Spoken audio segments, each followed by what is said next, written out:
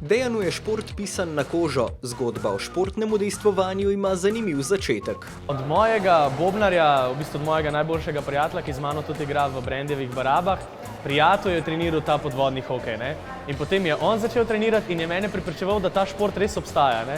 Dejan je z ekipo podvodnega hokeja dosegel tudi nekaj zelo dobrih rezultatov.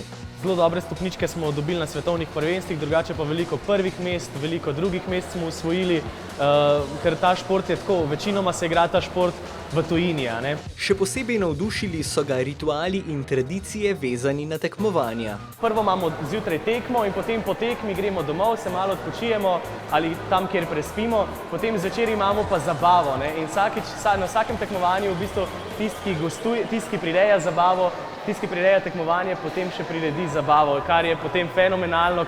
Mlad glasbenik pravi, da se med podvodno igro odvija veliko zanimivih stvari. Marsikatera ostane skrita celo strogemu sodniškemu očesu. Igra se pa tako, ko imaš masko, pa ko imaš kapo gor, potem tole porivaš, zdaj bom približno takole, bom izgledal, evo, tako in potem plavaš. Podvodni hokej je fizično zelo zahteven, a vaja dela mojstra in tudi Dejan si je z rednimi treningi izboljšal pljučno kapaciteto. Sem preplaval 50 metrov pod vodo v zelo počasnem tempu, zdaj pa koliko je to, mislim, da minuta, recimo minuta 20 tajga. Dejan še pravi, da ima ta glasba in podvodni hokej veliko skupnega.